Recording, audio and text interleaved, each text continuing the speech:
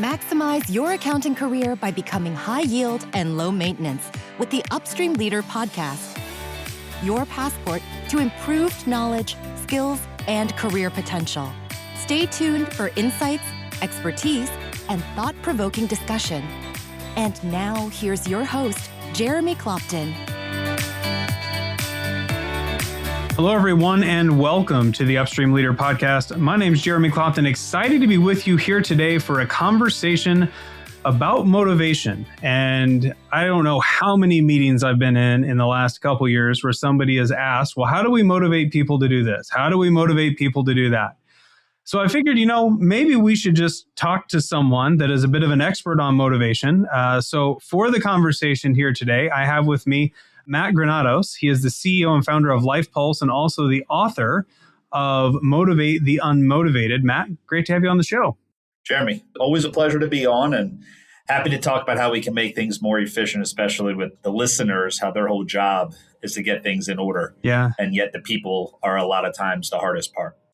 Yeah, I've heard lots of individuals say over the years, accounting would be a whole lot easier if it was actually just about the numbers. But there's a lot of people we work with in this profession. So before we jump into motivation, I'm going to start the episode the same way I start every episode.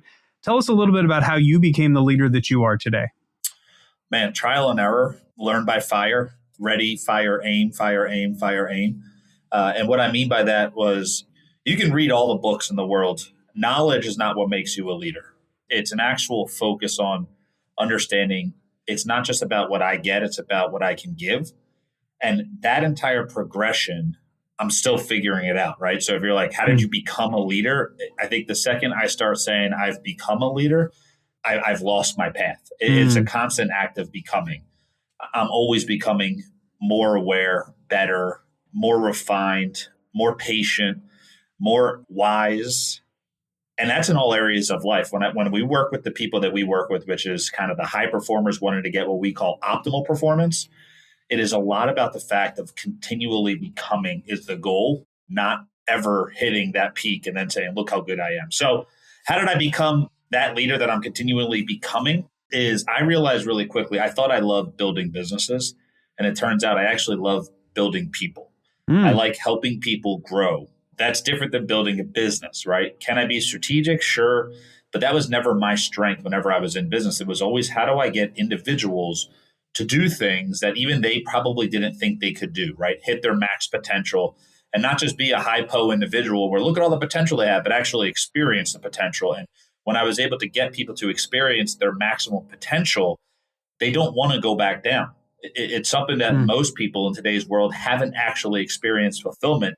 And they wonder why they're never fulfilled. They don't know what it even feels like. So as I realized I have a gift to be able to work with people, what I also realized was it wasn't as much as a gift as much as a system. And when we put that system and shared it with others, I realized it wasn't a gift. It was just following these truths on a regular basis, listening versus trying to tell people what to do, and then working on how to actually motivate the individual turned out to be a lot easier when done properly.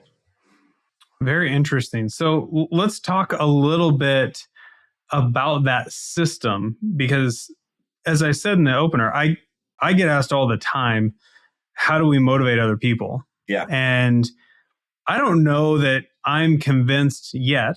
I may be 35 minutes, 45 minutes from now, I may be convinced. Yeah. But I don't know that I'm convinced you can motivate other people as much as you have to align what they're doing with what motivates them. Correct. It sounds like you're attacking that or addressing that in a slightly different way. So talk to me a little bit about the system that leads to motivation, because it's easy to talk about, oh, well, I've said it probably too many times, right? We got to be, autonomy, mastery, purpose, the 3 big intrinsic motivators from Daniel Pink's Drive and all the different things that are out there. That's all great. But like you said, knowledge doesn't make you motivated. It just means you have more knowledge. What's required to actually motivate people? So asking the right questions and helping them discover it themselves. So exactly to your point, I cannot create motivation within somebody, but I can help them discover it. And that's the issue. We have gone away from experience and value and just relied on knowledge. But knowledge, especially in today's world where it's so readily available, especially in the AI world, knowledge means nothing if you can't apply it properly. And in order to apply it properly, you kind of have to be told how to do it. Mm-hmm. It's not just understood anymore, because the way schooling is, it's all about regurgitation. Your entire life, the world is all about what do you know and can you pass a test? What do you know and can you pass a test? Applying the knowledge actually is not a skill set that's taught anymore. So that's a big thing. So the first thing is recognizing where's the downfall. Now, how do we do this? There's 3 questions I ask. And if I ask these 3 questions to people, and I do it for about a cycle of 4 is what I found. Usually it's 4 weeks. If you do it once a week, it's what are you focused on? What are you working towards? What are you grateful for? Order does not matter. What are you focused on? What are you working towards? What are you grateful for? Now, what I'm listening for is not your answer that week. I'm looking for trends. So, great example. I had a warehouse manager in one of our businesses who loved his daughters. He was a dad who happened to be at a warehouse to work, but his wife was the breadwinner. He did not care about how much money he would make, about how much autonomy he had in the business. What he cared about was how can he be more of a dad? And what I realized was if I was to ask him to stay late because there was a late delivery, and I had Jamal, who was another employee of ours, who wanted overtime. The withdrawal on that emotional ask of Dave, he would have said yes because he was a good leader, but it wouldn't have been worth the ask. So the problem as to why we can't motivate others or help others maximize their motivation or help manage others' motivation is because we don't know who we're talking to. And everything we do is all about asking the right questions. So those are the 3 questions. The formula for proper motivation is how well you know yourself, how well you know them. So it's a sum of that times whatever system you're using equals the results you're going to get. So if you don't know you and you don't know them, that's going to get you a negative number. For all my numbers peoples here, regardless of what system you bring in, anything times a negative equals negative. So the key, the systems are never the problem. There's tons of great systems. There's our system, there's your systems, there's a ton. It's the fact that how do you get the you and the them to be understood? And that's by asking the right questions. So when we talk about motivation, we say there's 2 parties to motivation. There's a motivator and the motivatee, not always 2 people. So the same way we motivate ourselves is the same way we have to motivate others. The same way we motivate others is the same way we motivate ourselves. We have to know who we are, right? Know the motivator. Who is this person? And then you have to know who they are. And that's why those 3 questions are so important. Self-awareness is key in order to motivate others. Honesty, genuine care for others, having a genuine faith in what you're saying, that you actually believe, being authentic. These are all things that we've lost in society because it's all based on what's the opinion of me, not what's the reality of who I am. So we can dive into all those, but the reason why we aren't able to motivate others is because we don't even know how to motivate ourselves. We don't know who we are.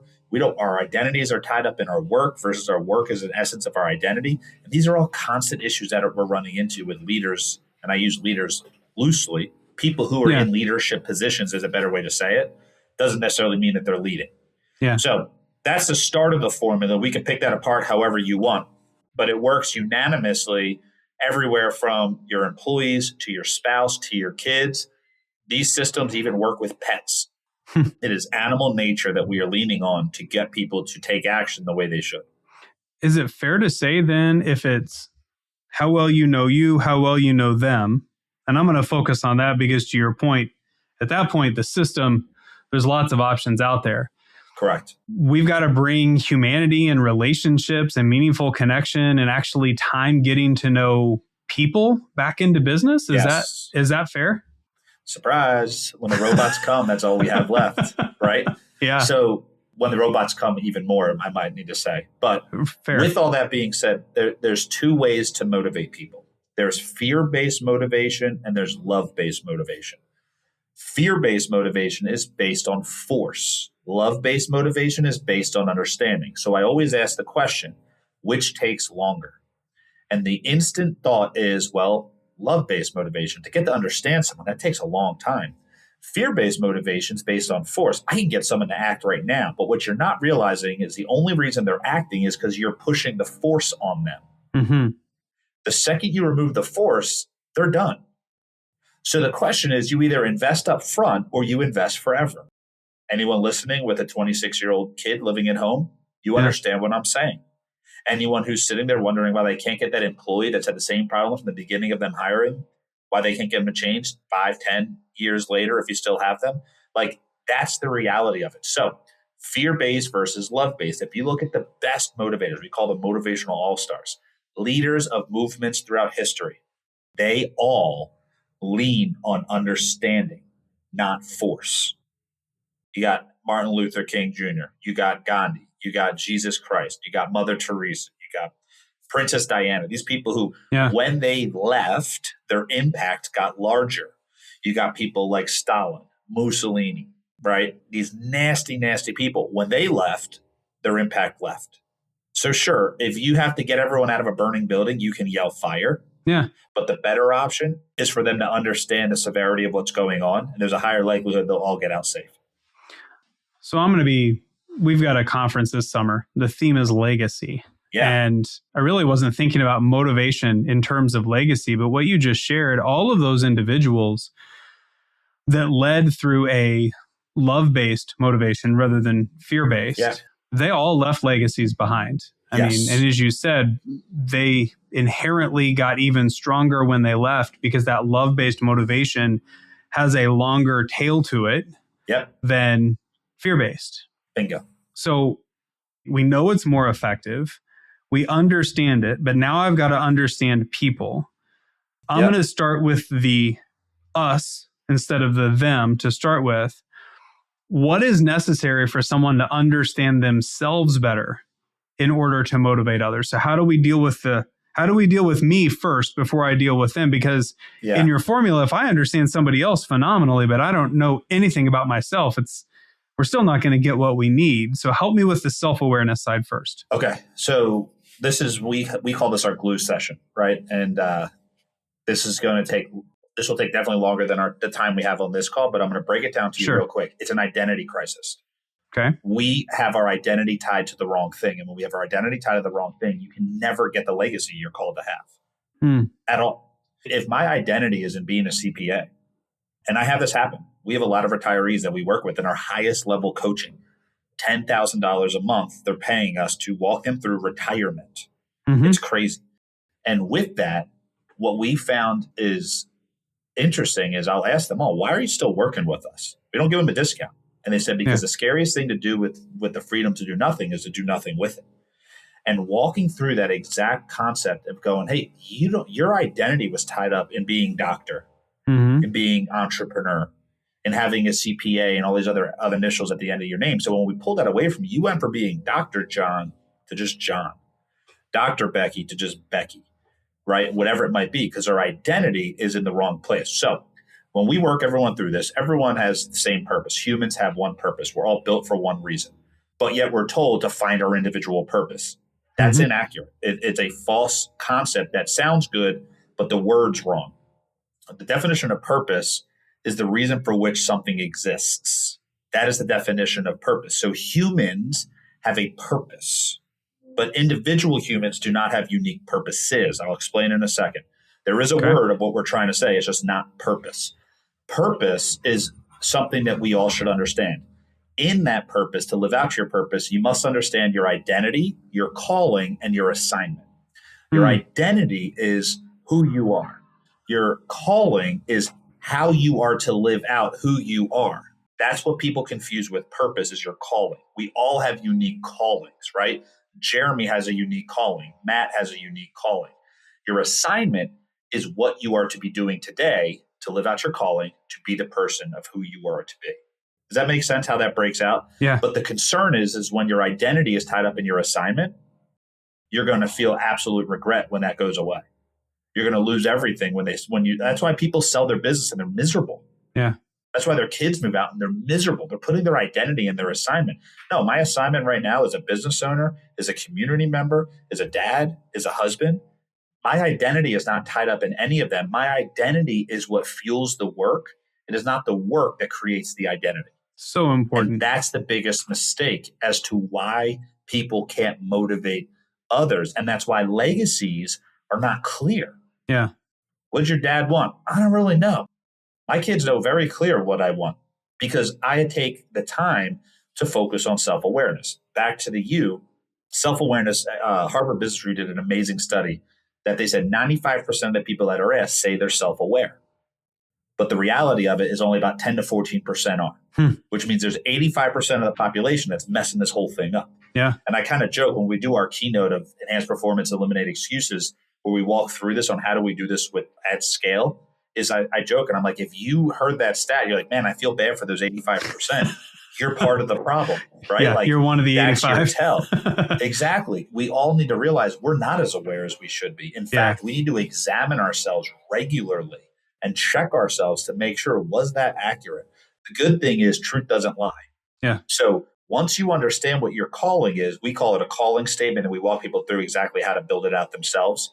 There's a certain formula to it of a kind of an XY that every human has. Yeah. And when you get that calling statement, now you can actually live out your purpose, right? And actually fulfill that purpose based on the identity, calling, and assignment. And then we call it your purpose vehicle. So being a CPA, I'm coming all the way around, is the purpose vehicle. It's like a rental vehicle. It's the tool you're using to do what you're supposed to do.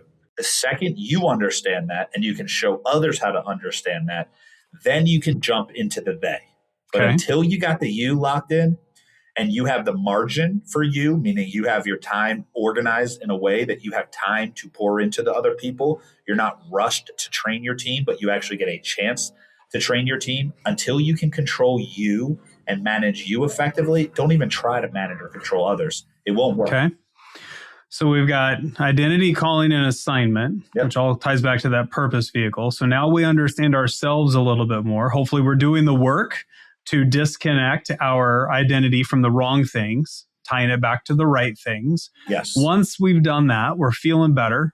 We understand our calling, what we're trying to do, how we're going to do it. We feel really grounded in that. Now, what do I need to do? Do I just go to others and say, hey, how was the weekend? Let's just get to know one another a little bit more. Yeah. How do I get someone that maybe they're pretty shy and private. They don't really want to talk about themselves. How do I start to understand what's really driving them and understanding them better? Yeah, so this is all what we call PVTT. Okay. Personal value tied to task. So from a very surface level area, hey, Jeremy, real quick, what are you doing today? Like, what are you working on? Okay, do you understand why? Does this make any sense to you? Does this just seem mundane or does this seem valuable? I don't know, man. That CRM we use, I think it's just kind of like just going through the motions. Interesting. Let me help you understand the personal value tied to task, right? Do you get why this CRM is helpful for you? Do you get why this new, let's just use some, CPA stuff, right? We're going to transition over to this new file sharing software, which is going to change everything we're doing. Right. It's going to drive everybody nuts in the firm and the clients nuts. And they like it over here, but now it's over here, but now it's encrypted and we can do all these things. Do you understand why we're doing that? I guess. Okay. If the answer is I guess, and it's not an excited yes, the way the owners or the leader might see it, then there's a high likelihood you haven't actually explained the value of what's happening. Not in the way you want to explain it, but in the way they need to hear it. Communication, which is what jumps into the they part, when we talk about bridging the gap from what I call communication to communication. Communication is how most people do it. I talk, I assume you're listening. I talk, I assume you get. I talk, if you don't get, I put the blame on you.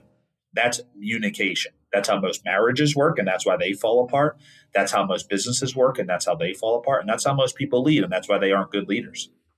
If you're speaking to someone, it is your responsibility that they understand what you're trying to say. And when I take that, it's my responsibility that you understand it. I want to make sure, all right, Jeremy, walk me through, make sure you understand the message we're putting out to all the clients. Let me hear how you're going to tell them. I'm going to probably say, no. I want you to talk to me like you're a client. It's kind of weird when I'm talking to you. I know it's weird when you're talking to me, but we're going to work through this because I want to make sure you understand the value that's being offered. So once value is understood, motivation will come next. That's all motivation is. It's a motivation proposition. It's a value prop, like you're selling. And the reason why I call the book Motivate the Unmotivated, a proven system how to motivate others, is because motivation is not a character trait. It's a state of mind. And if it's a state of mind, I can change that. saying you can't motivate someone, if we recognize it as a state of mind, not a character trait, would be like saying, I can't sell something to someone. I can't get someone to buy something. Well, no, technically, yeah, you can't, but you can create the environment which increases a higher likelihood of a yes. And then you can actually be there to offer the transaction when it's ready. Right. Yeah. Okay. So that's where it would start with PVTT, personal value tied to task. The next hard part, which you'll probably ask in a second, is how do you motivate someone when they don't even know what they want? Yeah. Right. So we're doing this, we're having this conversation. The biggest thing is people always go, what do you want? And they will say the same thing. I want more money. Yeah. Okay. We tried that before. It didn't work. In fact, studies show it never works unless it's 10% of the annual take home post tax. Meaning if you're paying someone $100,000 a year, if you're not stroking them a $10,000 check post tax, that money you're giving as a bonus is, and again, these are just what studies are showing, are only as good as the next paycheck. So money is not a good motivator. But figuring out what would you do with the money? Man, I would take more vacations. Interesting. So if you're a very hands-off manager and you don't do anything, they do everything, and you have a support person, it's going to be very hard to motivate them. But you don't need to give them quantity of your time. You need to give them quality time, meaning, hey, what do you need help with? Man, I'm really dying. They want to feel supported. They want to be supported. They want to make sure they're not on an island, and they will outperform you if they know you're in it with them. Now, the last two, connectivity, these are people who want something bigger than just themselves. They're the ones who want the team bonding. They're the ones who do volunteer work. They usually have some nonprofit that they're super passionate about that they would love to support. They want to be part of something bigger. They realize life is bigger than them, and their whole worldview is based on that. They want to know how the business is going to impact long term. They love legacy. They love it. That's their concept. So when you're working with a connectivity person, you want to speak in terms of big picture, speak in terms of what this can do for the greater good. And then acknowledgement, which is the majority of the type A's, are either acknowledgement or support. Those are the two where they fall. Sure. So the go-getters, you walk into the fact that they want to know they're doing a good job. 4 catalysts, figure out what they are, and then create what we call motivational packages. When we worked with some large companies, huge Fortune 100 companies, we would literally take those 4. Individuals would then pick what their package is, and if they get the goals that I set, they get the reward or the package at the end. And from a CPA perspective, it's a simple ROI calculation. Yeah. Was working with the doctor's office. They were opening up a South Carolina office. I said, hey, what do you want to see? His name is Brandon, who the person I was working with. He said, I want to see 100 new clients, like as quickly as possible. I said, what would you pay if we were able to do that in 90 days? He's like, man, 90 days. I'd probably give him $20,000 because it's that urgent as to how he knows in this formula of opening practices, getting those first 100 is killer. So I'm talking to Brandon, and he said, my wife is just killing me because I'm always working. I'm not doing this. I'm not doing that. I said, what would you want? He said, man, I just want a vacation. His motivation catalyst was freedom. Yeah. But yet he was working like a dog and never getting a chance to go away.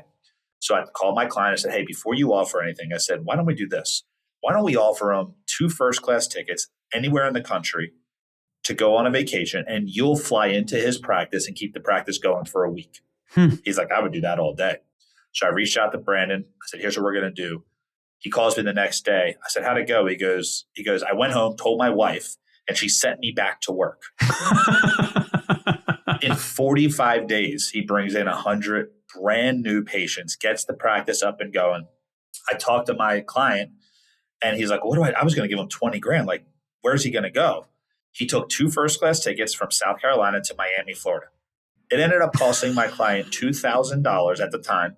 And he added an extra $2,000 to cover the hotel and extra spending like cash. Sure. Right. So he was so grateful.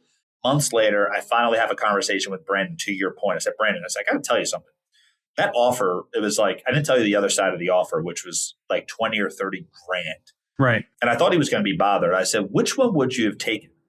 And he said, I would have said I wanted the 20 or 30,000, and I would have never gotten the goal. Yeah. He wanted the vacation. The vacation is what the motivation was. The money is the worldly desire. Yeah. But it wasn't tied to who he is. And that's the key to PVTT, personal value tied to task. So his wife came in and helped, and they went all over the community and got new clients, and they were networking together as a couple. And that is how they were able to do it. So you're spot on with it. And when it comes to motivating others, we have to get creative. We're dealing with the most crazy variable ever in our business, humans. Yeah. And as AI comes in, the human variable is going to be more important. Absolutely. It's the exact opposite in the fact that it's like, oh, well, it's going to take human places. No, it's going to allow an individual that you properly manage to do 10x their work. Yeah. You'll have one person who could do the job of 10. You still need the human element. Authenticity, care, opinion, thought, that is what's going to be valued moving forward. Yeah. The personnel is going to be the most valuable asset of any business because everyone's going to have the same tech. Everyone's going to have similar ability to do things. And that's what we need to recognize as we continue to grow in motivation of others. Absolutely. Matt, that is awesome. I would expect what you just described in motivating others, the personal value tied to task, and those 4 catalysts, that works intrinsically for an individual as well. That's not just them, that's also us. I would imagine that if someone is struggling with self-motivation, self-accountability, it's a similar situation. You could almost, if freedom was your big motivator, is, hey, if I get this done, then I'm going to give myself the permission to go do this thing over here, rather than, oh, I'll hit my metrics and feel good. You could use that to almost help motivate yourself in those times of challenges as well. Is that fair? Yeah, not only that, but it actually, if you can't do it to yourself, you cannot do it to others. No, I kind of say it's like 2 parallel paths. You can't lead someone further than you've been led. If you are, it's counterfeit. It's a lie. It's inauthentic. Yeah. You're guessing at best.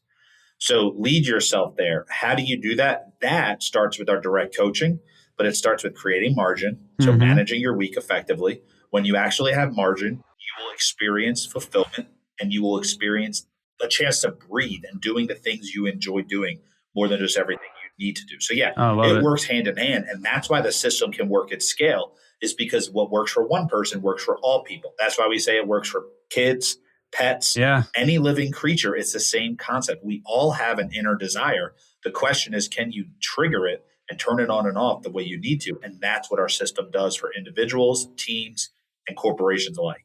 I love it. Matt, where can folks find you, find your system, learn more about what you're doing, and read more about motivation if they'd like to do so? Yeah, you can find us on any social media platform. LinkedIn, we're really big on. Substack, we're big on.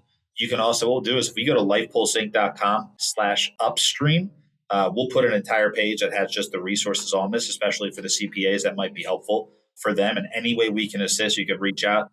You can email us, support@lifepulseinc.com. We have an entire team that can help figure out how do we do this. And what we do, this concept of truth-based transformation, the reason it works is because it's anchored in truth. And when people experience truth, they can't look away. Once you see it, they have a choice. Do you actually correct yourself or do you avoid it? And I have found few people have the ability to not walk down the path, but truth leads to tension. Tension leads to transformation. If you can't make it through the tension, you're going to be sitting there in torment for a long, long time. What we do is help teams and companies get through that tension. That's great. And like you said, it is a choice. There's so much in leadership. I would argue almost everything in leadership. It comes down to making choices. Yeah. And in so many of those situations, it's because there's tension present that a lot of folks, unfortunately, don't make the more challenging choice. Sometimes we take the path of least resistance, which isn't always the most effective leadership path. But we do have to make choices. And there's so much in what you shared, so much value in this conversation. I really appreciate it. And thank you for the generosity of creating a page for our listeners. We will have that in the show notes. Thanks for spending the time today. I know you've had a lot going on here lately, and appreciate you carving out the time to talk today. Thanks, Matt. Well, happy to be here. Jeremy, thanks for all the good work you guys are doing. I appreciate it. We'll talk soon. See you. Thanks for joining us on the Upstream Leader podcast. We hope today's episode has enriched your understanding of what it takes to become a high-performing leader in the accounting profession. If you'd like to hear more episodes, subscribe on your favorite podcasting app and visit our website where you'll find full show notes and more. theupstreamleader.com.